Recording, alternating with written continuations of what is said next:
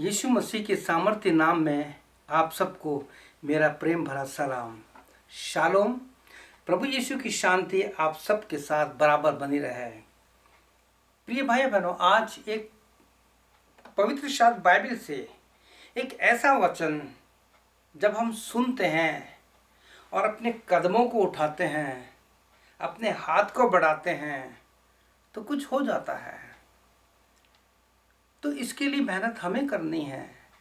जब आप बीमार होते हो, घर में नहीं पड़ रहे थे, किसी के द्वारा या किसी के साथ या खुद आप डॉक्टर के पास जाते हो, आज परमेश्वर आपको बुला रहा है, अपने पास बुला रहा है, आपको शांति देने के लिए, आपको चंगाई देने के लिए, आपकी निराशा को आशा में बदलने के लिए।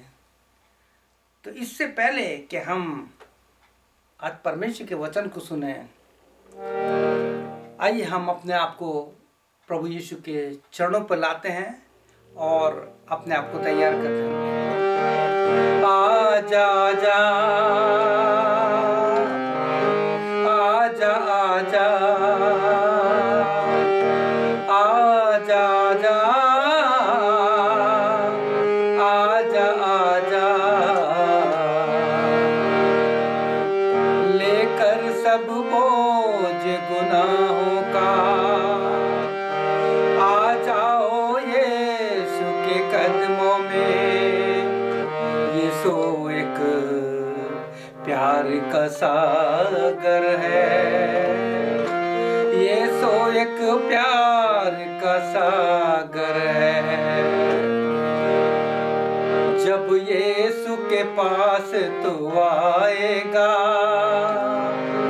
और पाप को अपने मानेगा, एक जीवन नया तुम्हें देगा और खुशियाँ तुम्हें अपनी देगा। तो आज अभी तौबा कर ले, उद्धार तू अपना भी ले ले। यीशु एक प्यार का सागर है, यीशु एक प्यार का सागर है। बात बिगड़ी हुई बन जाएगी, तेरी मंजिल तुझे मिल जाएगी। वक्त है लौट आ बदनसीब, वक्त है लौट आ बदनसीब। दुख दर्द में जो है करीब, आजा आजा आजा आजा आजा आजा आजा आजा। प्रभु यीशु, आज हम सब मिलकर तेरे अनुग्रह की वेदी के पास आए हैं। हम तेरी उपस्थिति में आए हैं। तूने बुलाया है, तूने कहा है मेरे पास आओ।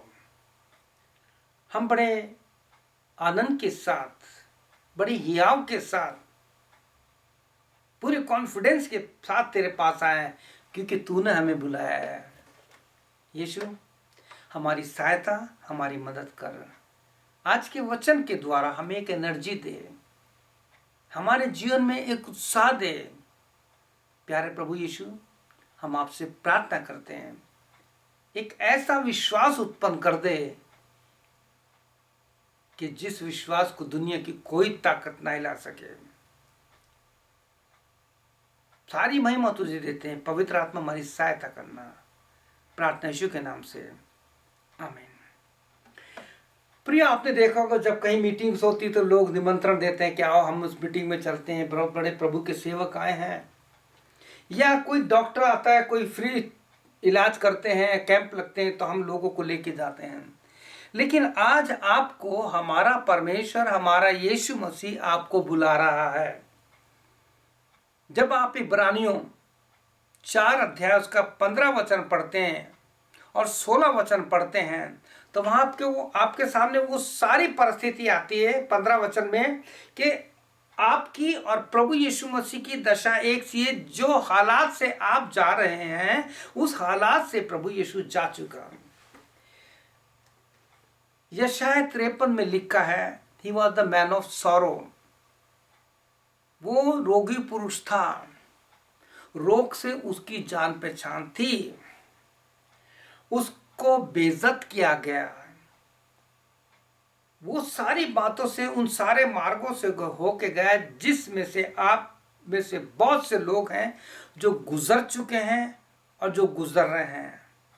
आज आपके लिए प्रभु यीशु, मेरा यीशु, आपका यीशु, हमारा यीशु कह रहा है इब्रानियों 4:15 में, क्योंकि हमारा ऐसा महायाजक नहीं जो हमारी निर्बलताओं में, हमारी कमजोरियों में हमारे साथ दुखी ना हो, वरन वह सब बातों में हमारी नाई परखा गया।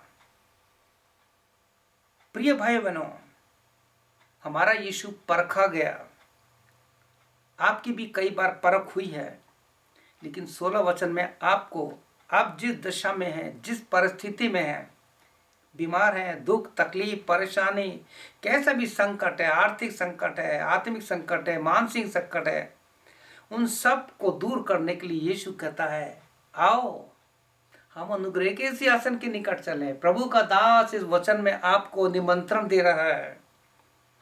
और कैसे कहता है, हियाव बांध कर चलें कि हम पर दया हो और वह अनुग्रह पाए जो आवश्यकता के समय हमारी सहायता कर सकता है।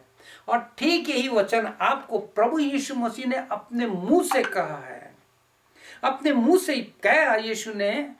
और जो आपको मत्ती 11:28 में मिलेगा, यीशु ने कहा, हे सब परिश्रम करने वालों, पाप के बोझ से, बीमारी के बोझ से, आर्थिक संकट के बोझ से, whatever the burden you have, come unto me and cast your burden upon me, you can not carry your burden.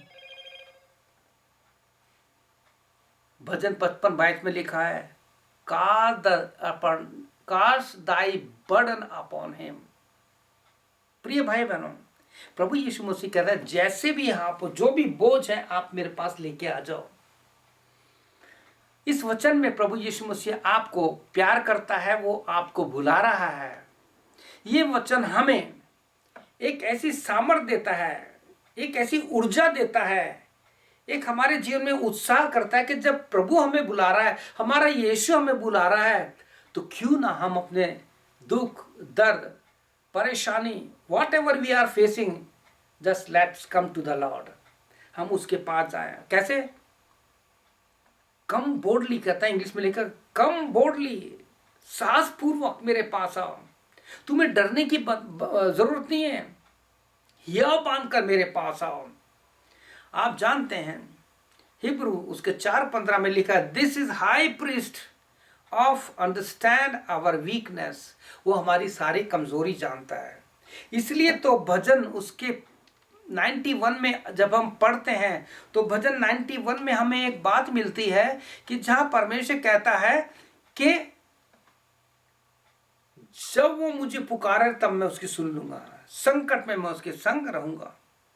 प्रिय भाई बहनों, प्रभु यीशु मसीह आपको बुला रहा है। केवल इतना ही मैं आपसे कह रहा हूं कि आप जैसे भी हैं, जैसी भी हालत में हैं, आप प्रभु यीशु मसीह के पास आ जाइए। हम लोग जो बड़े बड़े एक्टर्स होते हैं, बॉलीवुड के हैं, चाहे हॉलीवुड के हैं, चाहे कोई भी है, चाहे हमारे देश के राजनीतिक नेता है, जब वो आते हैं तो हम पागलों की तरह जाते हैं। लेकिन प्रिय भाई बहनों, प्रभु यीशु मसीह आपको बिना पैसे के बुला रहा है। आप बाइबल में पढ़िए, वहां लिखा है कि मेरे पास आओ। आपके पास पैसा नहीं है, मत लो, चिंता मत, मैं तुम्हें फ्री सब जीवन का जल दूंगा, रोटी दूंगा, सब कुछ दूंगा। प्रिय भाई बहनों, इतिहास से एक मैं कहानी बताना चाहता हूँ। हालांकि बहुत बड़ी बायोग्राफी है इसकी, पूरा पढ़ा मैंने, लेकिन उसका छोटा सा हिस्सा मैंने निकाला और जिसको अनुवाद किया। अनुवाद करने के बाद इस प्रकार से लिखा है कि किंग लुइस 14, यानी एक राजा हुआ है फ्रांस का, जिसका नाम था किंग लुइस 14। बहुत महान था, जिसके बारे में मैंने जब पढ़ने के बाद बहुत कुछ पता, लेकिन उसका वो हिस्सा मैंने अनुवाद किया उसका।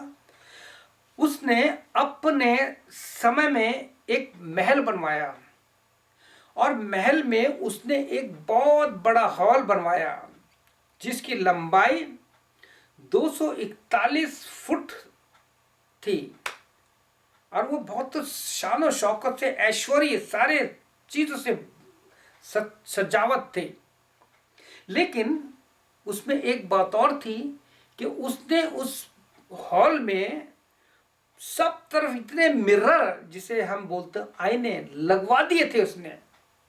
और लगवाने के बाद जब भी कोई उसको देखने के लिए आता था, तो आप जानते थे क्या होता था? जब को उसका टाइम होता था, राजा अपने चांदी के सिंहासन पे बैठता था, और जो लोग उस हॉल को देखने आते थे उसके साथ उनको राजा को भी देखना पड़ता था। तो इतिहास बताता है कि जो दर्शक लोग उस राजा से मिलने आते थे, उन्हें हर पांचवें कदम पर झुककर राजा को प्रणाम करना पड़ता था, और उसी दशा में राजा से मिलने के लिए जाते थे, तब ही वो राजा से मिल सकते थे उसके उस सिंहासन के पास पहुंचने के लिए। परंतु आगे उसमें और भी मैंने बात पढ़ी है कि जो राजदूत होते थे, जिन्हें हम एम्बेसडर बोलते थे, जो बहुत ही ऊंचे ओहदे के होते थे, जब विदेशी राजदूत फ्रांस के राजा से मिलने आते थे, तो उन्हें भी ऐसा ही करके जाना पड़ता था, और उन्हें बहुत अपमान सहना पड़ता था, उन्हें अपनी बेइज्जती लगती थी। परंतु जब इसको मैंने कंपेयर किया इससे, और जब इस चीज को मैंने आगे देखा, तो इस प्रकार से मेरे बात सामने आई। परंतु इसके विपरीत हमारा राजाओं का राजा प्रभुओं को प्रभु कहता है, कम बोल्डली, साहसपूर्वक या बांध करके मेरे पास आओ। हमें किसी भी समय अपने यीशु पाक के पास आने की मोहलत है। प्रिय भाई बहनों, यीशु के द्वारा ही हमारी पहुंच हो सकती है। यीशु ने कहता है, मार्ग, सत्य, जीवन मैं हूं, मेरे बिना कोई पिता के पास पहुंच नहीं सकता।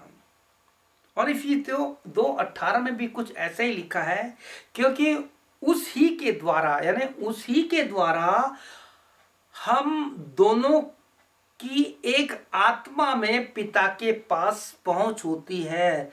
उसी के द्वारा हम दोनों की पिता के पास पहुंच होती है। इसीलिए इब्रानियों का लेखक कहता है, आओ हम अनुग्रह के सिंहासन के पास चले। तो क्या आज आप तैयार हैं?